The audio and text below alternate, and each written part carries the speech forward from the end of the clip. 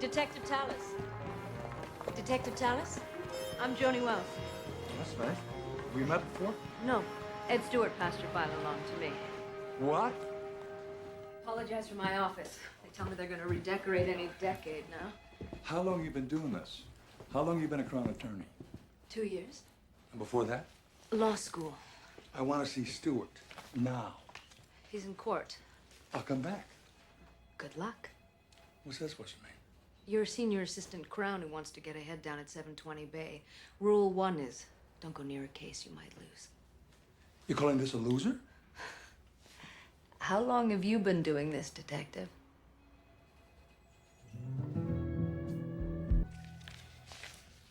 In terms of the physical evidence, you say forensics is trying to match up Ricky's saliva with the semen stains found on Jason's underwear. When will those results be ready? Oh, any decade now. You say Patty Beckles and her children are certain that their father was Jason's assailant. How can they be certain? His appearance. It was just a composite, though, wasn't it? Nature of the assaults. Similar fact evidence. So, playing birdies, that's a constant part of his MO? We're not sure, but we think so. Well, that's the kind of detail we'll need to make similar fact evidence stick.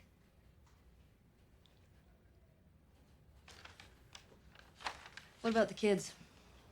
Are they prepared to press charges? Are they willing to testify this time? Yes? You're sure? Yes.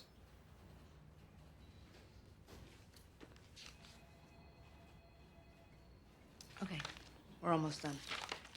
You say you're confident that both Jason and the Girardis can identify the suspect. When?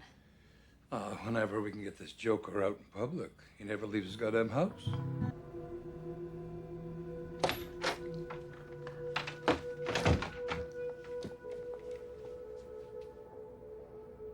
Did he ask for a lawyer? Excuse me. Was he offered a lawyer? And who are you? Rick, you have a drinking problem. Maybe it's this drinking problem that caused you to lose your memory. Yeah, I got a drinking problem. Oh, good. Well, maybe your problem has caused you to sexually molest children as well. Huh? Have you anything else to say? No. Sure? Yep. I know. I thought you were smarter than this. I really did.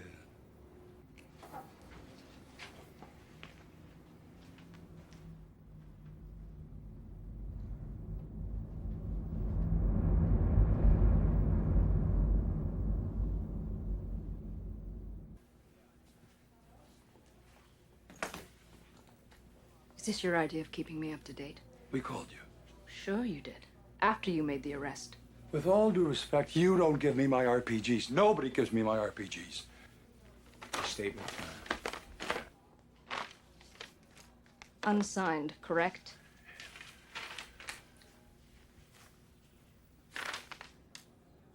Very nice. Yeah, there's stuff there. Hey, Billy. Take a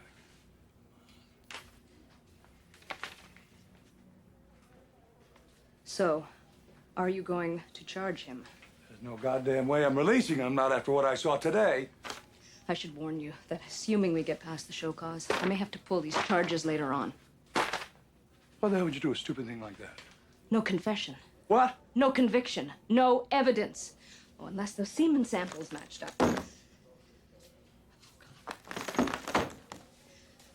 What happened? Some idiot at CFS screwed up. Samples got contaminated. Okay. So no evidence. That leaves us with our witnesses. Yeah, and they were great today. Jason, the Italian, should have been there. They ID'd him cold. Did they help each other, though? Did they communicate in any way? Are they going to be able to do it again in court? Is Jason going to be able to talk about what happened to him?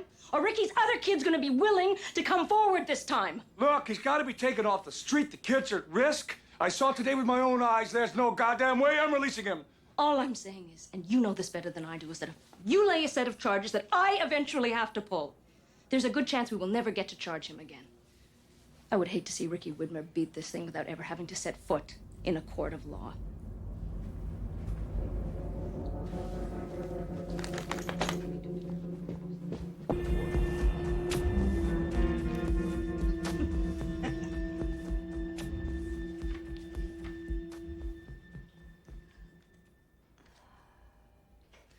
excuse me for a moment? Sure.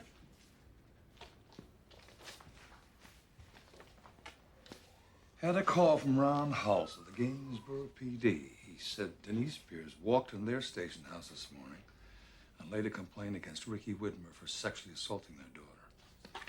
Had Hulse send me the report. So are they going to arrest Ricky? Is he going to be formally charged? That depends. On what? On what you and I decide to do. We have no physical evidence in this case, thanks to forensics.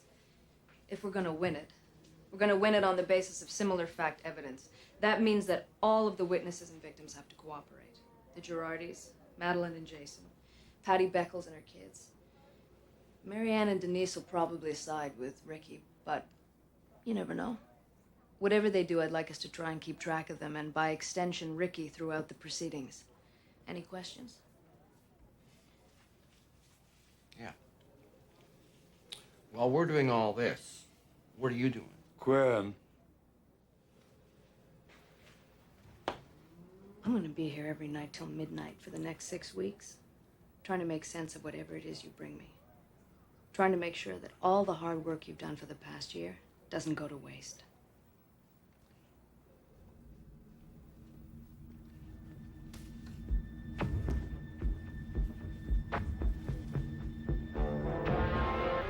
We're set to go to trial next week, and I still don't know what I'm dealing with. Ricky Whitmer is constantly looking for a position of power. That's the key to his character. He keeps away from people who threaten him, but he lords over those who don't. He's not a genius, but he is canny. All the women he chooses remind him of his mother in some fundamental way. They're submissive. Ricky knows that once they've had sex with him, once they've had babies with him, then they'll look the other way. They'll turn their backs. Then Ricky's safe to become his father, who clearly was abusive too. But eventually all that changes, right? Yes, it does. How? Well, even these women have maternal instincts, and sooner or later those instincts kick in. They start to shield their children from Ricky. They deny him access. When that happens, Ricky is forced to go out hunting again. That's how Jason Reed got involved. Jason and all the other victims we don't even know about. So what's our game plan this morning? Ask for an adjournment. Hope we get one. Come on, Hanukkah, let's go. Need a hand with those? Billy's still under. With any luck, they'll be able to tell us everything the defense plans on doing. My understanding, the accused faces some 21 criminal charges against 8 children, including kidnapping, confinement, indecent assault, buggery, and obstructing justice. All lies. How'd you plead, sir? Not guilty, Not guilty, Your Honor. On all charges? That's right, Your Honor. Jason, do you know why you're here today? To tell the story of the bad man. That's right, Jason. And anything else? To talk about playing Playing what? birdies. And then what happened? Then I saw a bad man in a brown van pick me up and brought me to this forest. And did he tell you anything when you were there in the forest? He said we're playing birdies. And did he tell you what playing birdies was? No.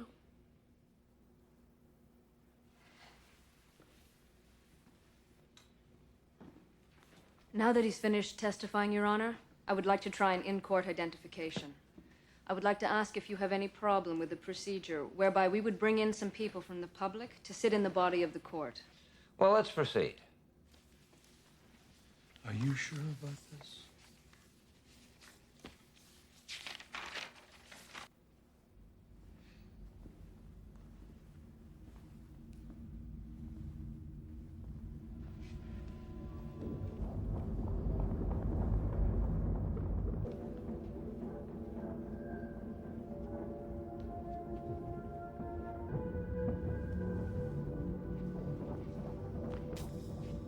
Do you see him? Can you point him out for us?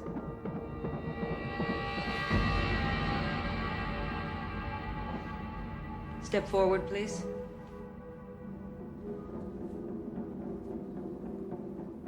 Thank you.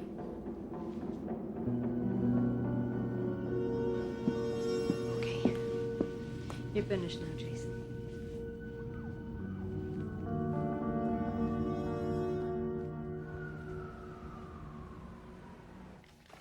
How's it going? Well, the kids are ready for you, and Gord's gonna meet us. We're gonna try and talk about the Del Mar Hotel tonight, right? Yeah. That incident? But And what about the van? How's that coming along? I'm working on it, Joni. But I couldn't get Malcolm to come. He's the oldest? The one who remembers the most?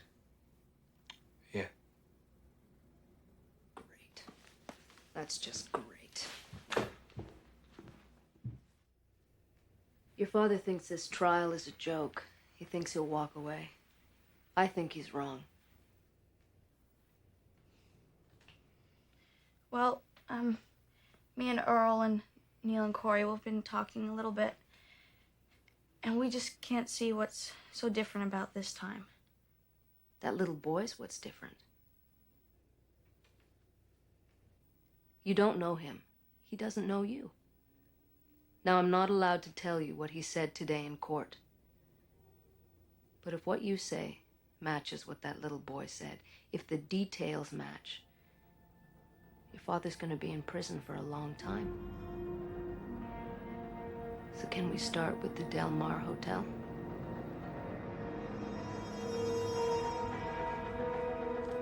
Your Honor, I would like to call Police Constable William Quinn.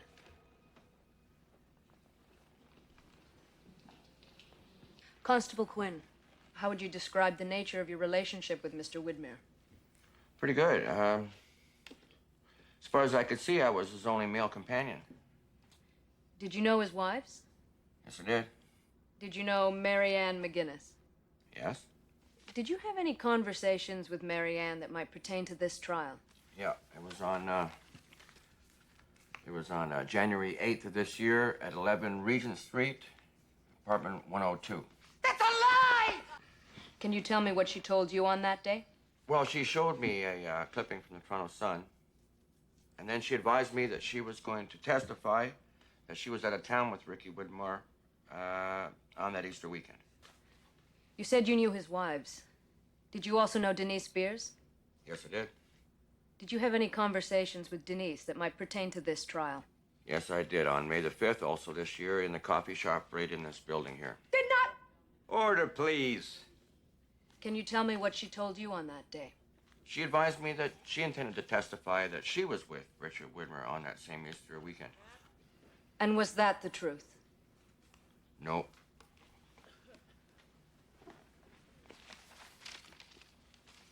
Did you ever see Mr. Widmer driving? Driving? No. Are you aware that it's been 5 years since he's had a valid driver's license? But apart from drinking beer, playing darts, and betting on horses, you didn't see or hear him do much of anything. Do you recognize the gentleman in court here? Yes, I do. For the record, I'm pointing to the accused. Who is he to you? Nobody. Who was he? He was my stepfather. My natural dad. I'm going to show you a photograph now. Do you recognize this? Yeah, it's the hotel. The Del Mar Hotel? Mm-hmm. Can you tell the court what happened that day at the Del Mar Hotel? How did it start? Okay, so you checked into the hotel, and then what happened? Then we walked upstairs. He opened a room and we all walked in. What happened once you were in the room? Tied my brother Corey in the bathroom. And he tied me to a chair. He took Neil to the bedroom. He started sexually assaulting Neil on the bed. He tied Corey in the bathroom, then he tied me to a chair. He started with Earl. He stuck his penis up Earl's rear end. Do you remember if Earl made any noise when that was happening? Yeah, What kind of noise? screaming. How long do you think you were in that room?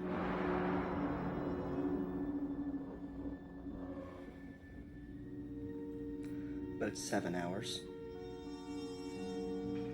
Thank you, Earl.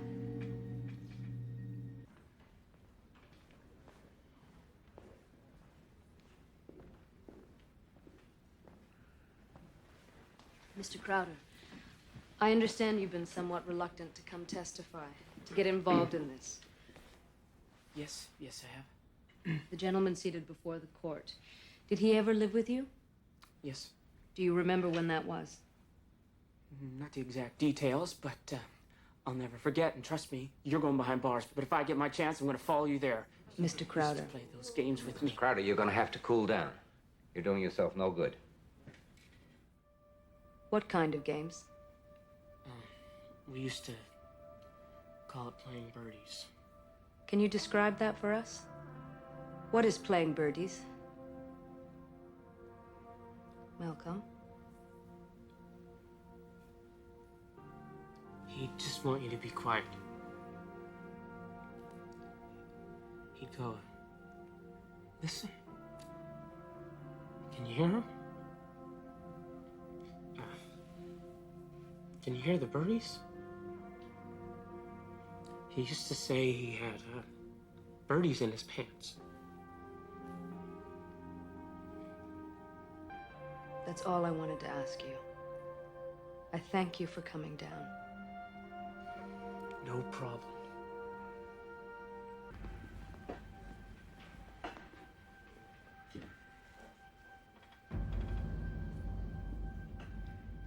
Mr. Widmer, the 21-charge indictment you face sets forth allegations of offenses which society regards as heinous and abhorrent. Based upon what I have heard and seen in this courtroom, especially from the children who were involved, I'm satisfied beyond any reasonable doubt as to your guilt on all counts. I believe that you, sir, are a dangerous offender, and I hereby sentence you to incarceration in a federal penitentiary for an indefinite period of time.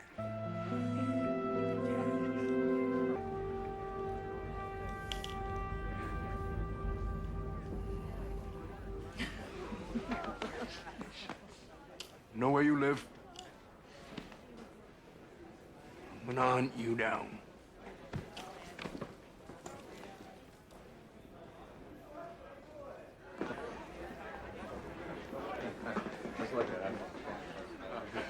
Hi, Pete.